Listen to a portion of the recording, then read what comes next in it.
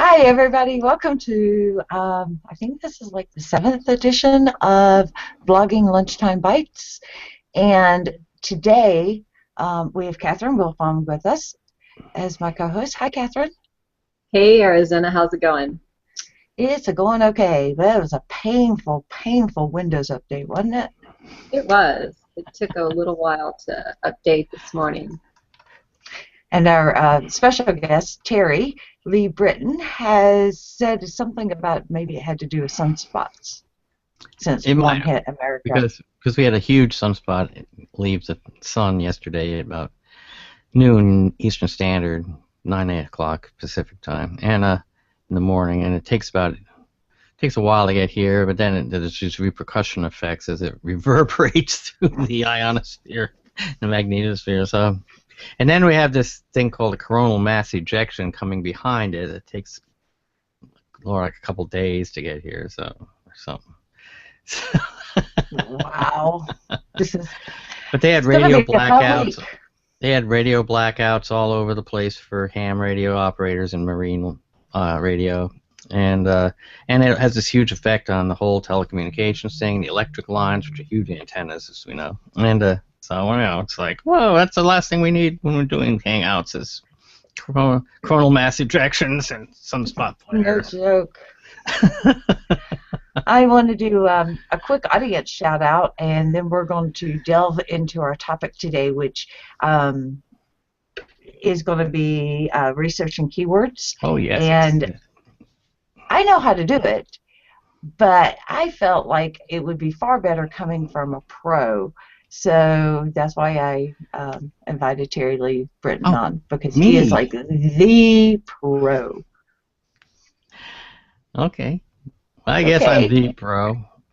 Well, I'm the pro who has changed a lot of his attitudes over the last 5 years or so, as everybody's had to with the updates to Google, and the maturation of marketing to realize it's more of a relationship-building arrangement. And not this hypey thing it's been. Exactly. Okay, so shout outs. Becky Limo is in the audience. Hi, Becky. That was Rain. Wow, I hit Becky. I saw her too. Sheila Strover just showed up. Hi, Sheila. And here's Jim. So Jim says hi. And then we've got someone named Andrew. Oh, Andrew. Thank you, Andrew, for posting the daily shows. I really appreciate it. Who wants to know about your blue juice? I'm drinking coffee still, sorry. No, I am too. And then Ron Snowberger. Hey, Ron. How are you today? He's been ready and waiting, he says. Good. We'll keep you waiting no longer. Yay. So, I went back through the shows to try. I was going to give you the whole number of times I've mentioned that you need to do keyword research, and I realize I've mentioned it in every single show at least once. So, you know, it's important for your title, it's important for your content, and keyword stuffing is no longer works. I mean, it will hurt your ranking very badly. So I am going to turn this over to Terry and let him educate us on keyword research. Okay. Well, yes, keyword research is useful to do, but I want to first alert you to the fact that you also have a massive brain and can use your imagination to think through what some of your keywords might be, particularly for things like articles and titles, which is where you usually have your keywords. You also have them, the title is extremely important, and in some blogging platforms the title becomes part of the URL and becomes part of the title tag, which I'll show you an example of a title tag in software, in the source code of a page. But it's up there in the tabs. You see where, like right now, in this thing it says Google Hangouts in the tab up at the top. But for an article, it'll, depending on how the site is laid out, it may say the name of the title of the article first, and then a bar, and then the name of the website, or it might be the name of the website first, and then the name of the article. But that is the most important clue that Google uses as to what this article is about. Then it looks for your title, your H1, your heading, H1 title on your page. And if it's a match, then it's happy, but it doesn't have to be a match. It can be supplemental keywords in the actual title of the article, unless you're stuck where your title always becomes part of the title tag, right? But a lot of softwares let you have an alternate title that shows up in the title tag. WordPress now has that for every blog post, and so that's useful to know, that you can kind of really inform Google as to what your article is about. And you want it to be informational, not keyword stuffing. When I go to a page that's still using the old school, wishing and praying Google would pay attention to this page thing, and they're going and putting keywords all over the article and bolding them to boot.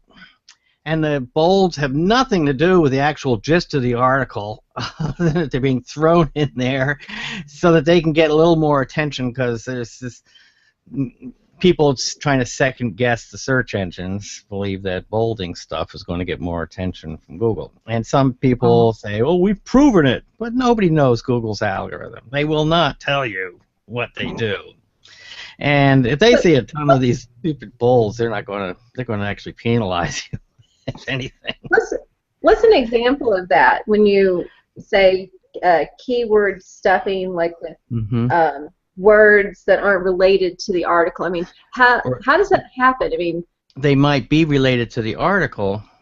Like if I was writing an article about social proof, okay, but then I repeated the word social proof like 10, 15 times in a 500-word article, and bolded them to boot. Where, come on, I already know this is about social proof. It was in your title. You also had it in the title, social proof, because you're trying to pull people in there for that keyword, because you got something to sell them that teaches them how to get more social proof. In other words, testimonials. And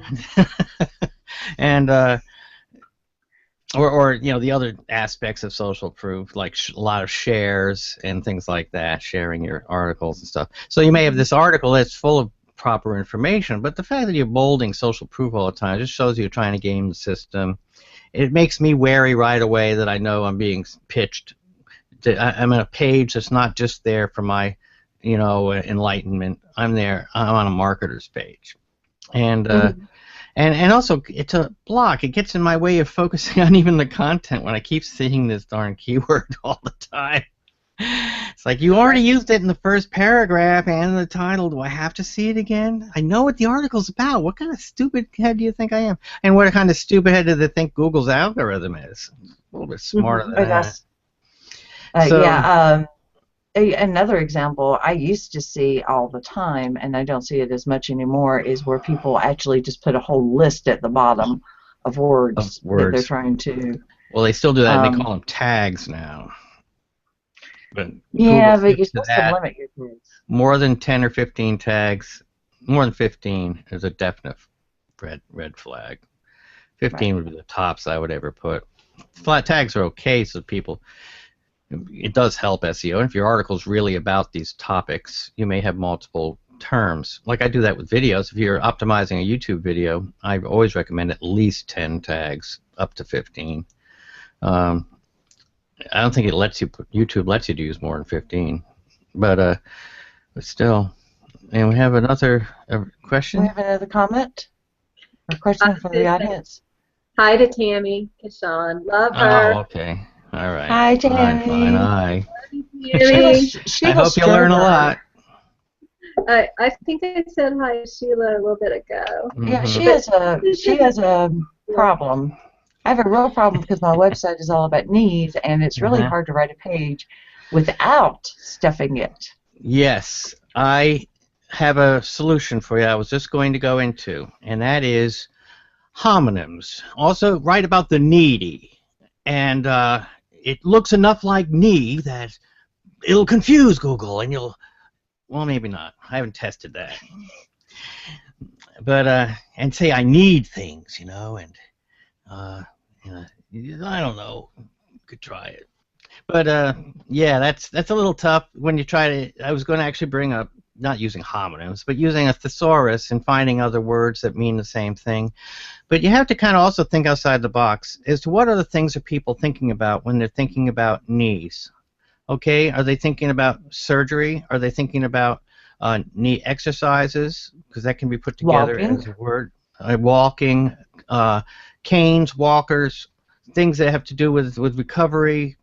So you kind of have to stretch out there and come up with ideas of words that people use in the same sentence as knee often. If the subject of knee comes up, the kneecap might come up. Ligaments might come up. So these are soft terms, and there's a word for this kind of a keyword, an associative keyword. I just don't remember the marketing phrase for it right now. But use your imagination and try to realize what people are also thinking of when they're typing in knee. Plus, what would their purpose be? What's their pain point, as they're fond of saying? No, not just their knees. I mean, their knees hurt, but what is, might be pain relief. It might be fearing surgery. These are things that have to do with what people are going to be wanting to know about your article. And those are words that you will naturally, as a result of writing the article, most likely be using anyway. Because if your article is about the knee and is about one of these aspects of it, you're most likely going to drop some of those words because they're relevant words. And Google's algorithm is smart enough to put knee and pain relief together and realize that your article's about that. They don't even have to be in the same paragraph. That's cool. So, I didn't realize that. Very good at reading your materials and divulging what's going on. Another thing people have to realize is that getting in on a page on the search engines isn't the whole battle. You also have to be appealing when you're on the page. When someone finds you in search, your description field, and people don't even think about this one, the description of the article, and WordPress now has a description field in most themes as well. And you can write a custom description of your article. And what that is like a sales pitch. You don't even bother with keywords in there because the words in the description field are not utilized as keywords. Okay? It is strictly a sales pitch to your audience to get them to click on your link instead of the other 9 links that are on that page. And so you're being very clear, describing what your thing is, how it satisfies the person's need. You're anticipating what they're searching for and telling them straight out, this answers the question that you had about this.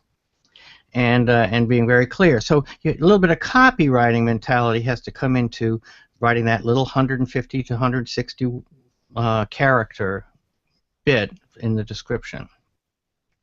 But the description's probably even more important because, especially if you start getting into using AdWords later on down the road, then you start really being tuned into how writing that description also helps you tune into how to write your AdWords ads so that they're relevant, truly relevant to the article you're pointing people to. Because boy, does they hate that when you're irrelevant, when you're gaming people and tricking them, bait and switching. Well, I think, too, that it's very important when you're writing that description to know who your audience is because you're going to be aiming that description at your audience. Mm-hmm. Mm-hmm. Yes, definitely. That's where you're getting warm and fuzzy with the people and building a relationship, too. And so it's not just scientific descriptions. It's part of tapping into empathy and realizing why they're even looking for you. And empathy is a huge word to keep in mind. It's one that's been kind of downplayed as everybody's trying to be so tricky and gaming Google and Bing and all the others, Yahoo, and they're trying to be, you know, get around the system and use the weaknesses of the system. These that they call black hat and gray hat SEO people, and who frankly have made a terrible name for anybody who says they do SEO, because now anybody doing SEO has to immediately explain how they don't do it like that. And but still, doing it where you're really, really out to help people, getting that mindset where the empathy is really there is a very good starting point. And then from there, then use keyword research tools. But if you don't start with the how can I best help people orientation, you're going to just start picking words because you think you're going to trick people into coming to your art page. You know, that's never going to work. You know, you can fool all the people some of the time and some of the people all the time, but you can't fool all the people all the time. All the time. You're eventually going to fall. What I'm hearing is really just good business practices. This isn't to me anything new. If I were starting business 101, this is how I started a business a long time ago. Mm-hmm. But I mean, maybe people are hearing this as, you know, I'm going to start a web business and I'm out to game the system. But if you want to really start a business, you're going to want to do the best you can for your clients. You're going to want it to be a long-term thing. And so what you're talking about, to me, is nothing new. Well, but that's because your business, balanced energy, come on, your business is about long-term relationships. It's about having customers that come back to you and are loyal and stick around. A lot of these people that game the system, they just want to make one sale and get out. They don't ever want to hear from these people again. They're practically fly-by-night, except they're fly-by-night of a kind that is predatory on people to click and get their thing and believe their hype. And okay. So yes, they're the ones that are constantly trying to find new ways of gaming the system. When Google comes out with a new algorithm change to defeat them, they scramble all over these various sites of people do this kind of practice as they muse over what other things they can do to game the system. And they sell each other products over at the Warrior Forum, which is a bunch of affiliate marketers and such. And they sell each other products that show how their latest technique on how to game the system. And you know, so that type's going to always be around. It's really just hit and run, and they're not interested in building any relationships. Okay, sorry. Maybe that's why I never understood what that other stuff meant, because what you're talking about just makes sense. I mean, it's just basic good business practice. You want to help people, you describe what you do, you write about what you do. It's just naturally going to flow. And I guess what I'm hearing is that if you write about what you do, you blog about it, you put it out there, Google's algorithm is naturally going to pick it up, and you're going to flow to the top of the page, because Google has found a way to reward the people who are, you know, writing about what they do in a natural way, in an organic way. But there's an organic and natural way to do it that's still naive about how Google works, and thus uses titles that are a bit too artsy or too frilly. It don't say a thing about the article at all. You know, I've been guilty of that. Me too.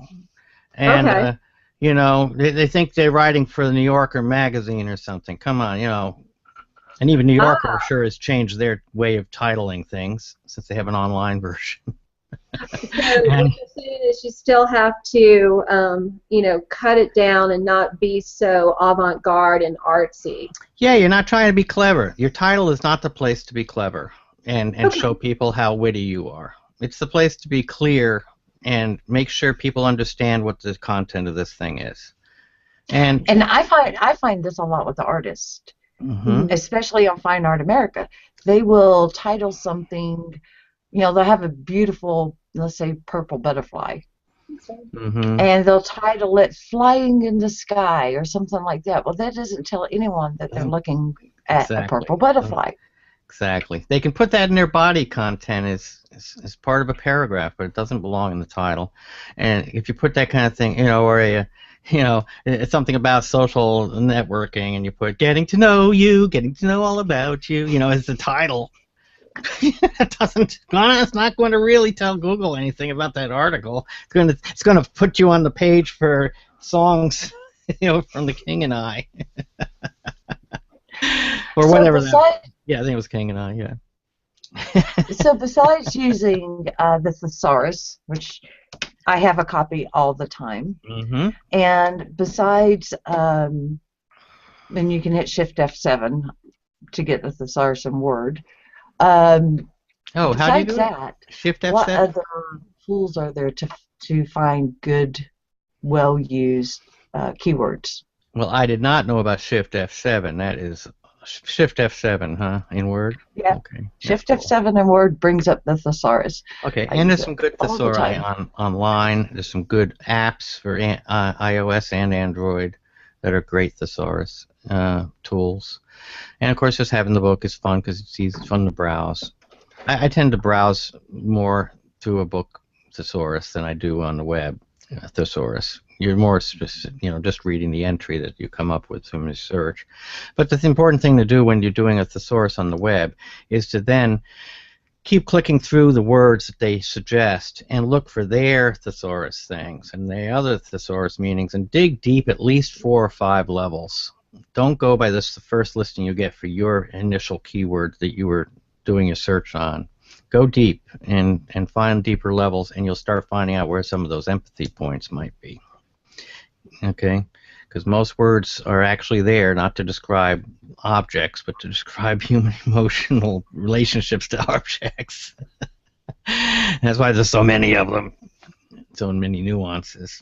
And so if you can kick into those nuances, yes, it makes your writing more interesting. I'm not saying use the kind of words I use, the $72, $50 words, Well, actually, I've just raised my price. That's mostly $75 words now. But so you don't have to use big words, but still, you can find you'll get tuned into words. How many letters is that? your $75 words? Oh yes, well I use at least 12 letters in every. Okay. 4 syllables. Supercalifragilisticexpialidocious. Oh yes, well I came up with that one for a different occasion, but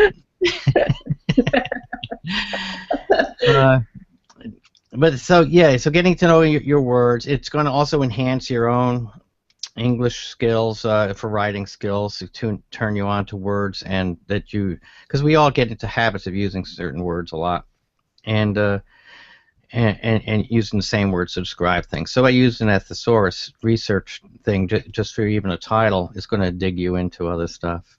Oh, visual thesaurus, huh? .com? Neato. That's a new one. Put that definitely. I'm definitely visiting that one. Thank you, Sheila.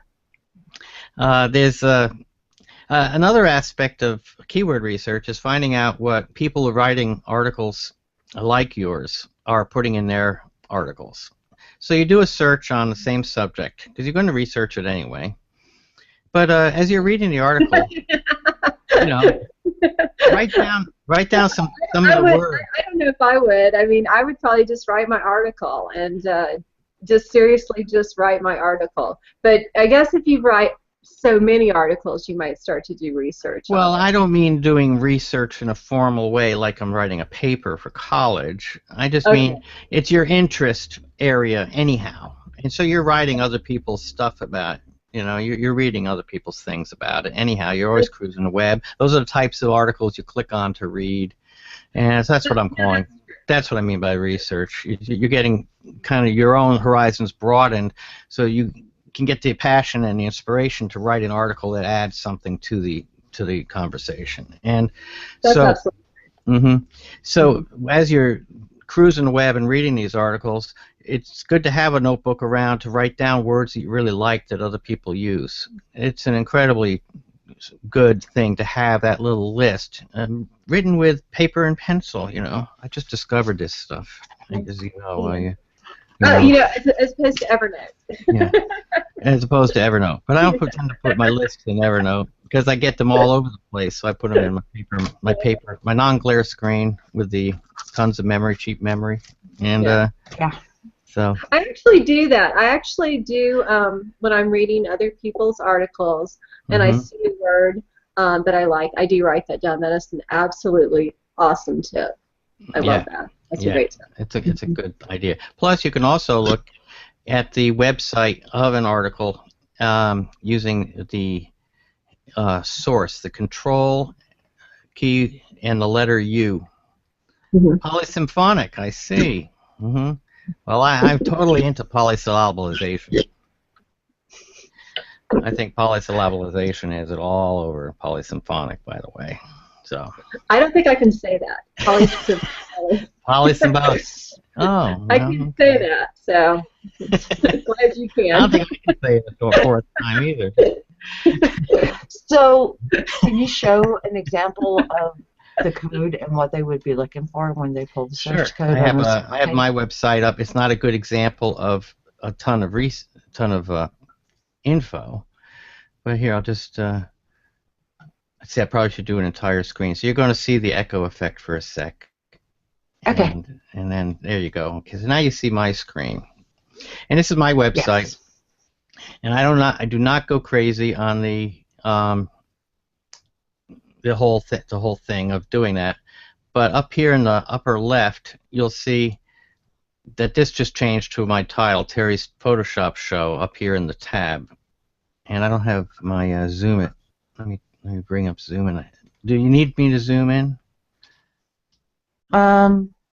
Yeah, that's good. Installed here. So, so you see, this is the tab where I'm talking about where the title tag goes. Now with Control+U, that's Control and the U key, and that was, by the way, Dr. Evil tried to hack into it so that Control+U would actually make it so he could control you, but he failed. Okay. Thanks to Austin Fowler's intervention. I am so glad he did. Yes, me too. And so I'll hit Control+U, and you'll see it opens a new tab that shows the actual code of my site. And here you'll see this title tag right here, and you see it's right at the top. And Google looks there first. It reads this stuff. It tells what kind of HTML, blah, blah, blah. But right there at the top, it's the easiest thing for it to get. And you see what it says? More non-destructive editing methods. So they know immediately that this page is about non-destructive editing methods. So I get indexed as having an article about non-destructive editing methods and Photoshop to boot. Okay, and because it was right in there. Plus, anybody looking for my name gets that name is indexed. So anyone typing my name in, this is one of the pages that's going to show up on the pages. So under title, that's where the first place Google looks. Yes, it's It's the most important title, most important element on the web page to Google. Okay. Then the second most important element is that heading, and where you have the name of your article. And I'm just trying to scan here. Here it is, H1. It has so many thoughts. Well, that's too bad. That this is where WordPress kind of falls down, in my opinion. It goes and puts an H1 tag right away onto my tagline. But Google most likely is going to ignore that. But this is where your tagline can be very important, because the second place that Google looks is to the H1 tag to see, and it's hoping to find the title, but for some reason WordPress is still sending it the tagline, which is goofy. So all the more reason. But realize the plus side of that is that WordPress is also putting your title of your article right in the title tag, and it's doing that automatically without you having to worry about it. And like I said, most themes in WordPress will now let you put in an alternate title, and many other There's many other ways to put alternate titles in, also using other platforms like Joomla and all that kind of stuff. So here I'm looking for, here's the post, and it's just not jumping out at me. I know my title's in here somewhere, but I'm going blind because there's so much written in here. But somewhere in here is an H1 thing that has the name of the articles. Name of the article. So you could actually do a Control F and search for H1. Yeah, I could. Let me see what its name is. I could search my H1s, yeah. So, H1. So I have it so many thoughts all the time. There's closing. Yes, there it is. Non-destructive methods. So that's where it was hidden. I just could not see that. I was looking right at it too. And they have another H1 down here for some reason. That's just as part of a form. That's part of a form to fill out, probably to join my mailing list. So, but those are important. What you put in the title is important. Now, on another website, they're not going to have a tagline thing, but this kind of amplifies how important, if you are a WordPress person, like here, this is an obvious case of being Mr. Clever, of what I put in my tagline. So many thoughts, so little time. Tells nobody anything about what my website is about. So if you're doing a WordPress site, this is another place you can strengthen your presence by having something really relevant to what your site is about in your tagline in WordPress. Okay? And that really says it. It's a personal site, so I expect my articles to pull it in any SEO, and I write such totally niche articles that I tend to actually be indexed and get on page 1 or 2.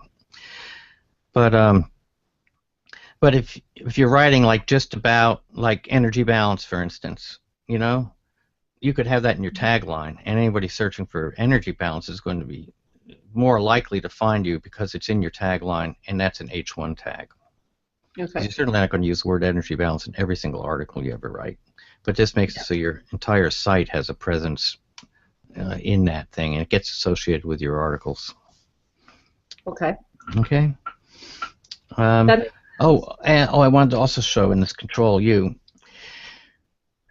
there's a tag called keywords, and you'll notice there is no such animal in this page. Let me do the F. Oh, look, I made it nice and big for you. I forgot I could do that.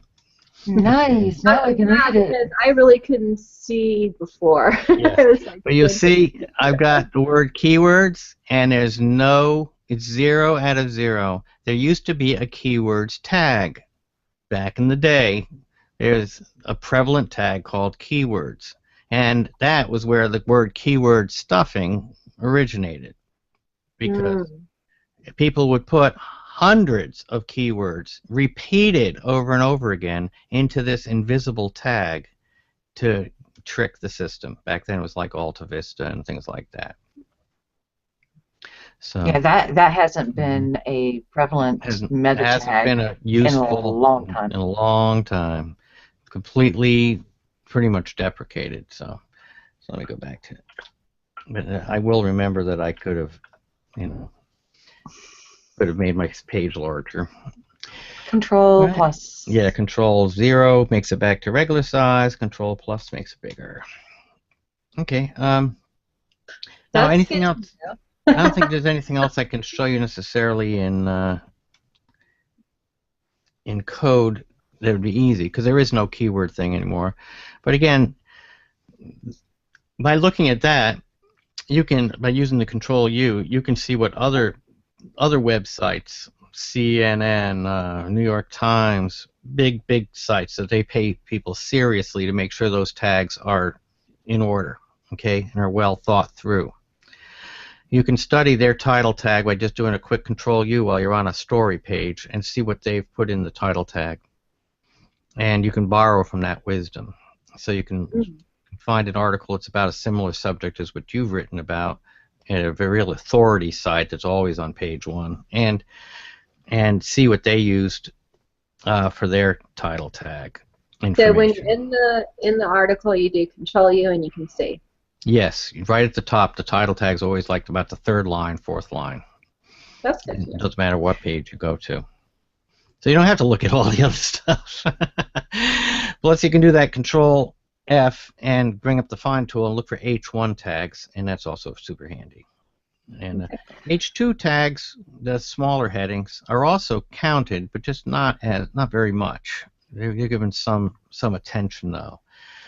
But it's going to be what's in the body copy of your actual article that's going to really amplify what your meaning and your relative meaning is of your main keywords, and help Google define your article better.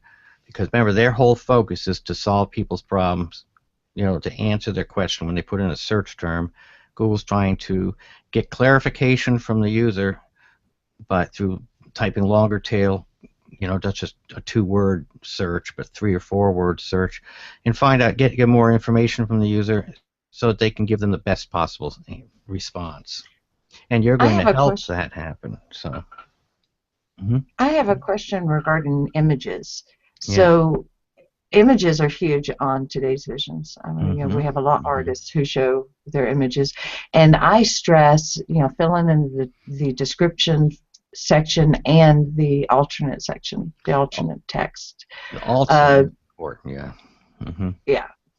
Do you agree with that? Oh yeah, alt tag definitely. You must, and the title for an image. You have the title, and what those are also helping happen. You can be quite wordy in that. Okay, the alt tag is read by by a text reading machine for the blind. So it's actually read by the reader, and that's converting the web page into text. And so when it encounters an image, if there's no alt tag there with any content in it, then it just says, image. If there's content in there, you can have a paragraph in there that describes that picture. A picture's worth 1,000 words, so you can have 1,000 words that describes that picture, and it can be loaded with keywords and the whole 9 yards. And the title tag also. The title is what shows up when you hover over the picture, and you'll see the little hover pop out. So both of those, and not all software is going to put that in or even give you a place to fill it in. If you're doing your own site, just in HTML, of course, you're going to type it in because you're doing it all in HTML. But if you can look at the source, like say I put a picture into my WordPress thing and I insert it, it may insert it because I didn't remember. I mean, WordPress does give you a place to put that stuff, but you can take a look and see, when it puts it in my post, you look at the text version of your post to see just how they put it there. And if they don't have a title equals, quote, blah, blah, blah, and then an alt equals, quote, blah, blah, blah, put it in there manually. It's not hard. It's just alt equals, quote, and text and end quote with space around it. So, same with title. And then with links, the same thing. All links can have an alt, and the alt will show up as a hover text also. And WordPress and many of your other CMSs do offer the ability to put that in there without having to go into the code. Exactly. Usually you have a place that you can enter that stuff directly. And WordPress is really awesome, the number of SEO support things they've given. With the alternate title thing, the description field now, those are standard in the new WordPress. So, we have a couple of questions. Catherine, you want to bring them up? I just see one about wasn't the keyword tag used in the header. Do you see another one? Yeah, I do. Okay. So, that's what we were saying. The keyword tag is dead. It's been deprecated because it was so abused back in the 90s and early 2000s that it's now I mean, if you put more than 3, you can have a keyword tag. You can still have it. It still exists. But if Google sees you put more than 3 words in there, 3 words in there, they will flag you, red flag you, and your site will start to be ignored.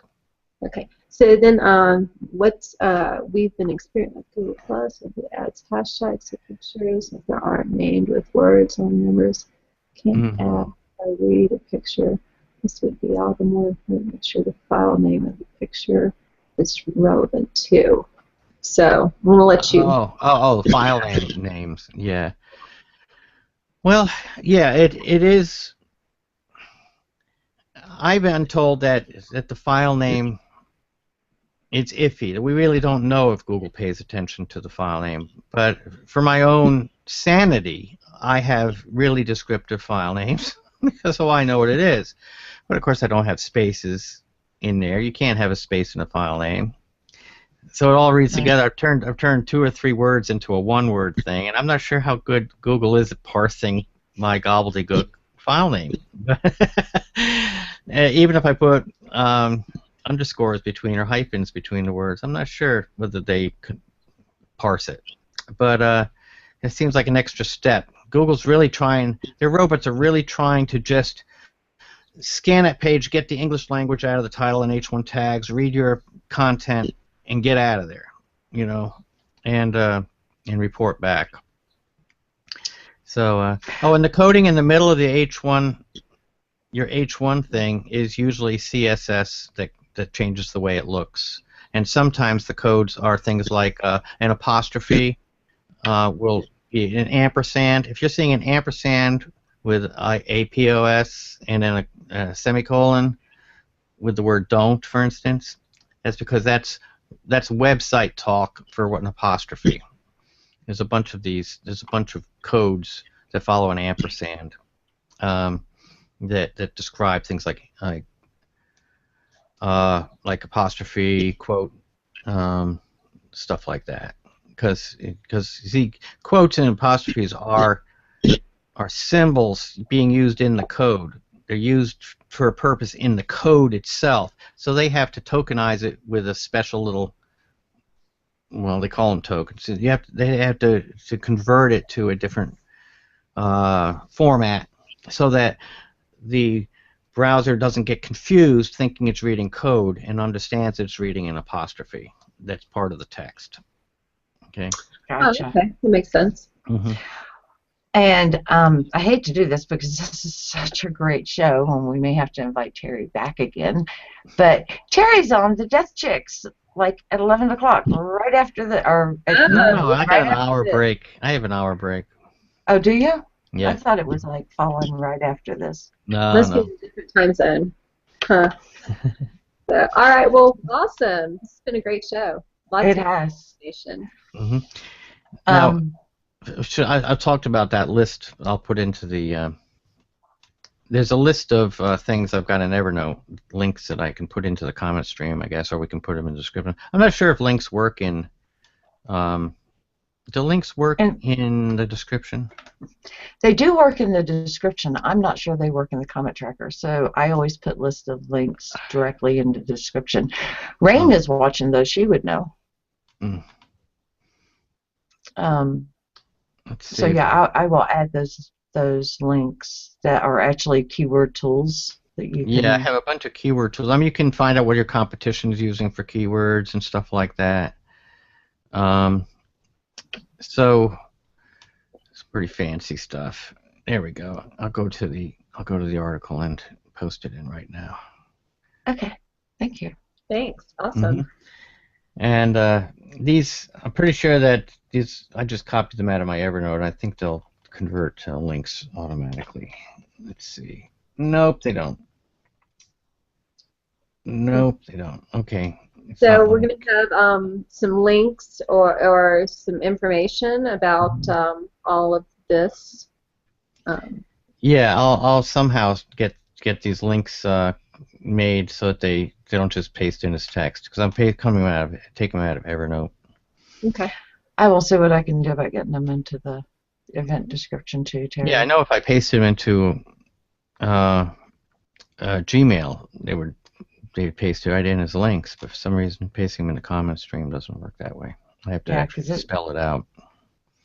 It came across as links for me just fine, so in Gmail. Mm-hmm.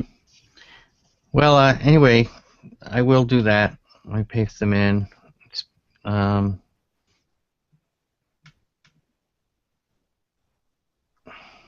Okay.